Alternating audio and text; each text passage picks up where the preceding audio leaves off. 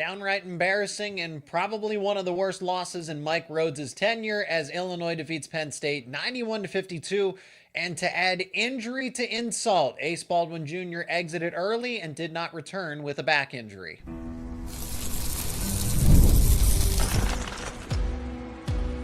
You are Locked On Nittany Lions, your daily podcast on the Penn State Nittany Lions.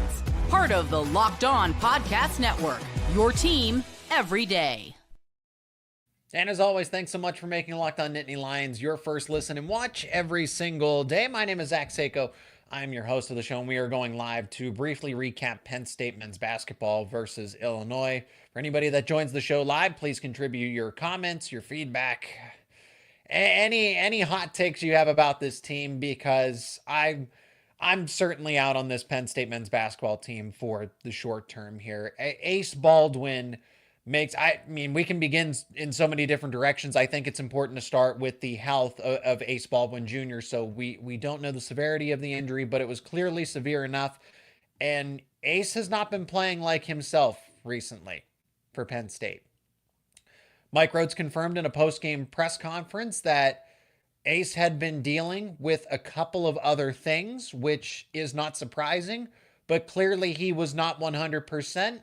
And then the back injury kept him out of the game. But over these recent games, Ace Baldwin has been playing well, but 1 of 7 from the field a couple of games ago against Northwestern, 5 of 15 against Indiana, and had not made a three-pointer. He was 0 of 10 from three-point range in those games, was still able to get to the foul line, was still able to dish the basketball around.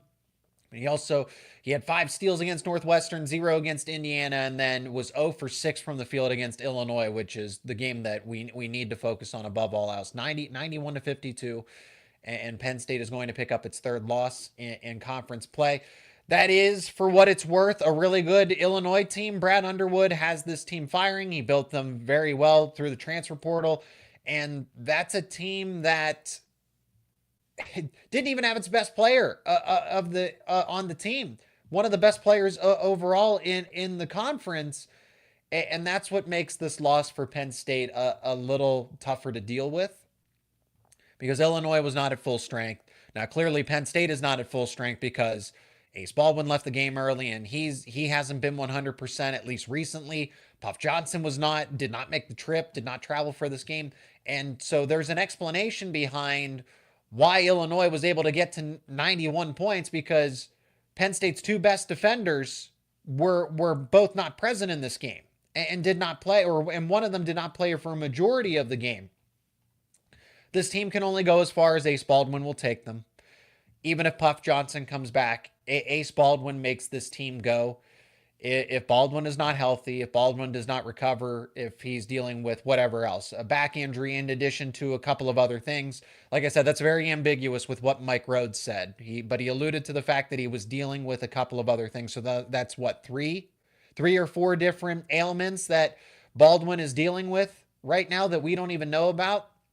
So if Baldwin does happen to miss an extended period of time, this is a tougher Big Ten conference, and the slate does not get easier for this Penn State team. To look at their upcoming schedule, Oregon is a team that was dismantled by Illinois in its own right, but will certainly be too difficult of a matchup for Penn State without a healthy Baldwin. Rutgers, again, you get a revenge opportunity, but even with Baldwin, that was a loss. Then Iowa always poses a tough challenge when you have to go to Iowa. You're at Michigan. Ohio State's not terrible this season. Minnesota, well, that's probably maybe where Penn State can recover, but this could really turn into a downward spiral if Ace Baldwin is not okay. You hope that you can get Puff Johnson back as well because of what he provides defensively, what he provides in veteran experience. It's not that. This has gone from bad to worse. This was a tough game stretch. This was a tough 3-game stretch where, okay, they were able to pull out a victory against Northwestern, but you felt like they got lucky, and to an extent they did. They went to the free throw line 45 times. That's extremely uncharacteristic. That's an outlier. I don't read too much into that. A win's a win. It is tough to win in the Big Ten Conference in any sport. When it comes to basketball, that's you just take what you can get. And then against Indiana, they're not at full strength. That's the Palestra game. You should be able to pull out a victory. You don't. And now you get a serious gut check against Illinois. I want to try to find the positives in this. I genuinely do. I I like what Nick Kern Jr. had to offer in a starting role. He was the leading scorer for Penn State. The freshman at least got experience, not the way that you want them to, but this is how these freshman players get better. This is how a Miles Goodwin begins his ascent, or a Dominic Stewart, or a Javin Carter. And I'm going to talk about Penn State's weaknesses and why, in the upcoming segment, why Ace Baldwin is so important and why Penn State would not be able to overcome an injury like this. This is a big deal. This changes the entire complexity of the team, the outlook of the season. There is no March Madness without Ace Baldwin Jr., and it didn't really make any sense. Why is Ace Baldwin playing so poorly? He's better than this. He doesn't turn the ball over that often. He is a little more active defensively. Okay, he's still showing up because he leads the team in assists with just about 8.5. And then this was the best version of, according to Mike Rhoades, to open up the season. I have never seen a better version of Ace Baldwin Jr. He went on the record saying that. Was Mike Rhoades lying to us? No, it's an unfortunate circumstance because Ace Baldwin was never going to regress unless you were dealing with something behind the scenes and it's an injury or some combination of it. Now it's officially on the record. He has a back injury. We'll see what else he's dealing with and what Penn State gives us an update for, but this is possibly the worst case scenario. You hope that it's not a long-term injury, but you do need him rested. You do need him rested because you have no chance of the postseason without him. I look at this slate of games. Oregon, Michigan State, Rutgers, those are already going to be tough games with him as it is. I say you are better resting him long-term rather than trying to play him at 60, 70, 80%. Get him back to 100% when the season turns into February so that you can make a run against teams that you have more favorable opportunities against. Minnesota, probably not UCLA, but USC is there. Washington, Nebraska, Minnesota again. You have opportunities to put together a hot streak through February and recover any sort of losses that are going to be picked up here in January because Penn State's not at its strongest right now. We'll take a quick commercial break. When we come back, talk about the importance of Ace Baldwin and Puff Johnson a little more and what Penn State can kind of do to try to offset all of this. But without Ace Baldwin, this team's just not as competitive. I'll tell you more about it on the other side of this break. And today's live recap of Penn State men's basketball losing to Illinois is brought to you by Rocket Money. Did Rocket Money help you find any subscriptions that you may have forgotten about or that you were paying for twice? Now, that has definitely happened to me. I've had a few subscriptions that I didn't even realize I was still paying for, and now Rocket Money can make it so easy to track all of that down. It's like having a personal assistant for your finances. Rocket Money is a personal finance app that helps you find and cancel your unwanted subscriptions, monitors your spending, and helps you lower your bills so you can grow your savings. It brings everything together all in one place. Whether it's subscriptions, your spending habits, the goals, the financial goals you want to hit in the new year, Rocket Money has over 5 million users, so it's trusted, and it's saved a total of $500 million in canceled subscriptions, saving members up to $740 a year when using all of the app's premium features. One of the best features is the subscription tracker. You can use it to cancel services that you don't use anymore, plus you'll save a ton. And with the goals feature, you can automatically set aside money for the future so there's no more stressing about budgeting every single month. Cancel your unwanted subscriptions, reach your financial goals faster with Rocket Money. Go to rocketmoney.com/lockedon today. That is rocketmoney.com/lockedon. Again, rocketmoney.com/lockedon.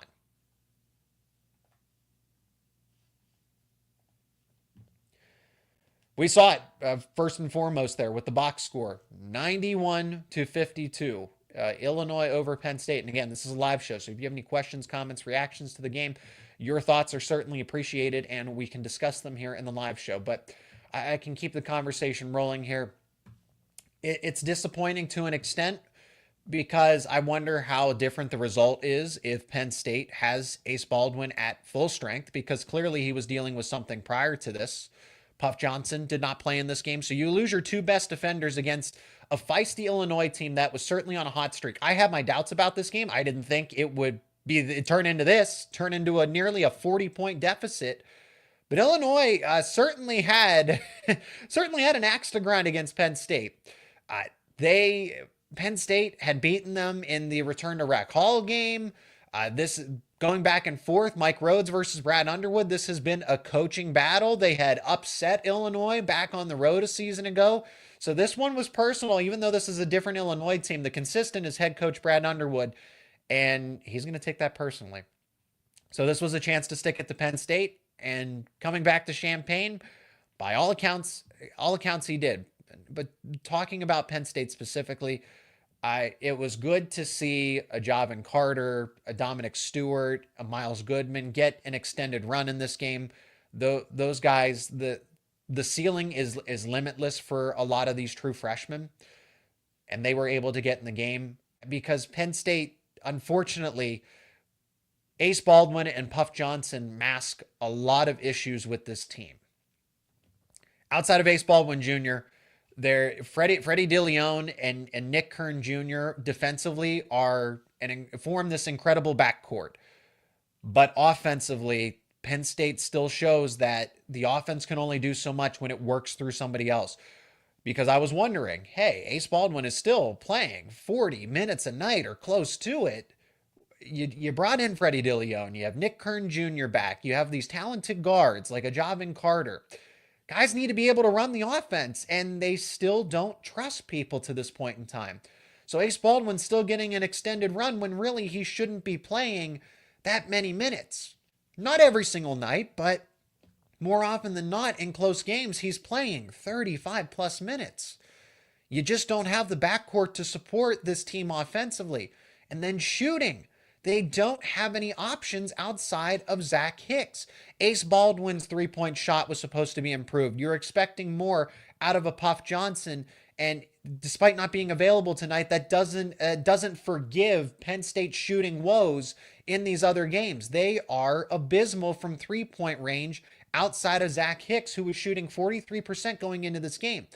Nick Kern Jr., I think, needs more opportunities because he's shooting 40%. Javin Carter shooting 40%. So why is Penn State as a team struggling to shoot the basketball when you do have some individuals who are capable of shooting three-pointers, but as a team, they're still not that great.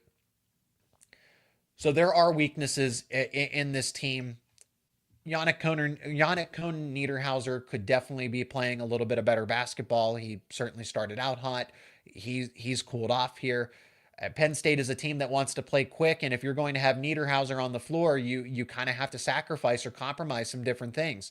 The big man can run, but only for so much, only so much time, and they really needed him. The way that Illinois matched up. Illinois has size. They have speed. They have different shooters. They can go to a variety of different options, and then hopefully somebody gets hot. And this is despite not having one of the best players in the Big Ten Conference in this game. Easily the best player on Illinois. They were still able to get to 91 points with the leading scorer and their leading assister on the line, out of the lineup. For Penn State, if they want to overcome this, you got to get Ace Baldwin and Puff Johnson healthy as quickly as possible. And you bank on that. You do not try to rush them back because the schedule is unforgiving with those guys. So I will take my chances if I'm Penn State, have them rest and recover for games that you have a better chance in down the road so that you can catch fire in February and then hopefully going into March, because Ace Baldwin did not look right the past few games. And those suspicions kind of proved true here. And then Penn State said the back injury certainly aggravated some other things. But now this opens up an opportunity. What can Freddie DeLeon give you? Because Freddie DeLeon is a great defender, but I want to see more out of him as an offensive weapon.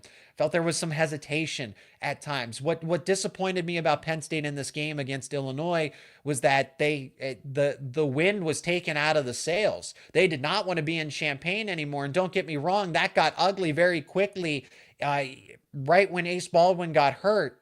but you still got to show some fight. These are capable basketball players. You still have Nick Kern Jr. You still have Zach Hicks. You still have Conan Niederhauser. And you have talented freshmen. DeMarco, you have another veteran in DeMarco Dunn. I feel like this team gave up a little too quickly. I'm not saying they could have made a 30-point comeback, but maybe shrink the deficit within 20.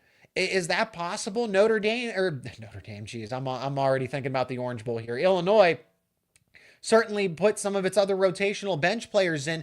It was not getting back on defense. It was miscommunication, things that could have been easily cleaned up and fixed.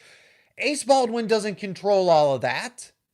You can still do those things without Ace Baldwin. So I want to assume that this caught them off guard, that they were not ready to lose their best player on that given night. It was a daunting challenge. I didn't give Penn State much of a chance in this one. I was anticipating a double-digit loss to Illinois, but not like this. Not 39 points worth. I hope that it's a reality check that Penn State takes with them, but now I have my concerns because what looked like a top 10 victory against a Purdue team is not carrying as much water. It does not hold as much weight. This is a Purdue team that does not have a conference win to this point. They are not a good team, and I think Penn State caught Purdue in a bad spot. So, yes, now Penn State is overrated at this point. They got to do some things to get back in shape. Ace Baldwin's got to get healthy. A freshman has got to step up. Or Freddie DeLeon needs to take a next step. Some of the younger players on this team need to grow up and need to grow up fast. And that's going to be the best for this team, because then if and when you get Ace Baldwin back and Puff Johnson at full strength, and then you get those minutes, you get that experience for Stewart, Carter, Goodman, and then you can couple all of that together when you get into late February, early March, and hopefully that's when the team is peaking. So there's light at the end of the tunnel. But it is all dependent on how Penn State handles Ace Baldwin's health long term. This team doesn't go anywhere without Ace Baldwin. If he is not 100%, this team will not go anywhere, and March Madness is an afterthought, and Penn State men's basketball deals with the same stigma that they deal with just about every season. That'll do it for this live edition of Locked On Nittany Lions. We'll have more conversations. We'll have more live reactions like this. You can only have so much of a positive conversation about that. Like I said, it's not the end of the world, but it certainly does not look good in the present. I would not completely sell out on this team. When they are at full strength, they are an NCAA tournament team. But if you don't have Ace Baldwin, you don't have your best all-around player on offense and defense, you're not going to go anywhere. And that includes Puff Johnson as well, as one of your secondary players who does contribute 10 to 15 points on any given night, plays exceptional defense, can cover the 2 through the 5. He is that dynamic. You didn't have both of them against the best team that you've played to this point in the season, and it showed. Let me know your thoughts down in the comments section afterwards on this live show. If you're not already, become an everydayer. Subscribe to Locked On Nittany Lions on YouTube and wherever you get your podcasts for all of the latest conversations around Penn State football, Penn State wrestling, and of course, Penn State men's basketball here on Locked On Nittany Lions.